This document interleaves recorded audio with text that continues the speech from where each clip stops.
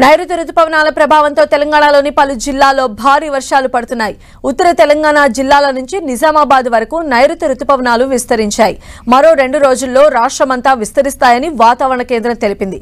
ఇప్పటికే ఉపరితల ఆవర్తనం బలహీనపడింది. దీంతో రాష్ట్రంలోని పలు జిల్లాల్లో వానలు కురుస్తున్నాయి. మరోవైపు వికారాబాద్, మహబూబ్ నగర్, వనపర్తి, నారాయణపేట జిల్లాల్లో భారీ వర్షాలు పడనున్నాయి. హైదరాబాద్లో ఉరుములు మెరుపులతో వర్షం పడింది. పలుచోట్ల గంటకు 30 నుంచి 40 కిలోమీటర్ల వేగంతో ఈదురుగాళ్లు వీస్తున్నాయి. మరికొన్ని ప్రాంతాల్లో తేలికపాటి నుంచి మోస్తరు వాన కురిసింది.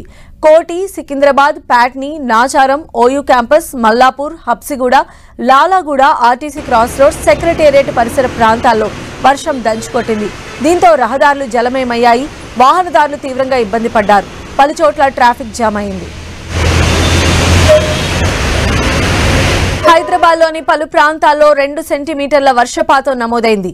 వర్షం కారణంగా ఇబ్బందులు తలెత్తకుండా క్షేత్రస్థాయి సిబ్బందిని సిద్ధం చేశారు జీహెచ్ఎంసీ అధికారులు. మరింత సమాచారం మా ప్రతినిధి రాముడు అందిస్తారు.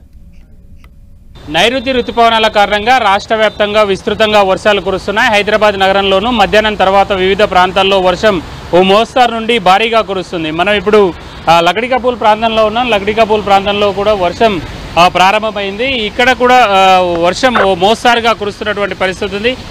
స్లోగా వాహనాలన్నీ కూడా కొంత స్లోగా వెళ్తున్నటువంటి సిచ్యుయేషన్ హైదరాబాద్ నగరంలోని ప్రధానమైనటువంటి జంక్షన్ల వద్ద మనం చూడొచ్చు. వర్షం కారణంగా వెళ్ళేటువంటి 2 వీలర్స్ పైన వెళ్ళేటువంటి వాళ్ళందరూ కూడా వర్షం రావడంతో ఒక్కసారిగా ఆగిపోయి అందరు కూడా ఎక్కడ అవకాశం ఉంటే అక్కడ నిలబడేటువంటి పరిస్థితిని ఈ ప్రాంతంలో చూడొచ్చు. ప్రధానంగా హైదరాబాద్ నగరంలో ఇటు పటాన్ చెరువు, అదేవిధంగా చందానగర్ ఈ ప్రాంతంలో మొదలైనటువంటి వర్షం కాప్రా, అదేవిధంగా ఉప్పల్, ఎల్బీ నగర్ ఈ విధంగా వరుసగా కురుస్తూ వస్తుంది. అనేక ప్రాంతాల్లో జీహెచ్ఎంసీకి సంబంధించినటువంటి మాన్సూన్ ఎమర్జెన్సీ బృందాలను సిద్ధంగా పెట్టారు.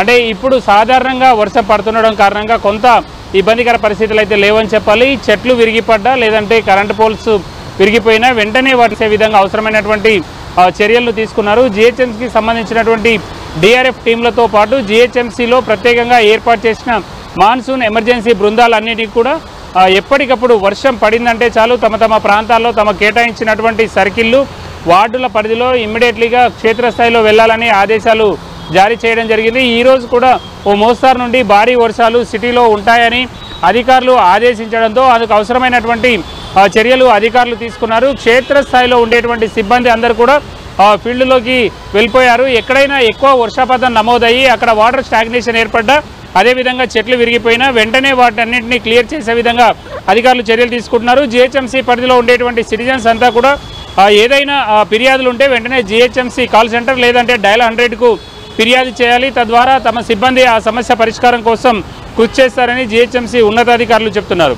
అయితే సిటీలో సాయంత్రం తర్వాత కొంత భారీగా వర్షం కురిసేటువంటి అవకాశం ఉన్నట్టుగా అధికారులు అంచనా వేస్తున్నారు. అత్యవసరమైతే మాత్రమే బయటికి రావాలంటూ అధికారులు సూచిస్తున్నారు. కెమెరా పర్సన్ మనోరంజన్తో రాముడు, 10 టీవీ, హైదరాబాద్.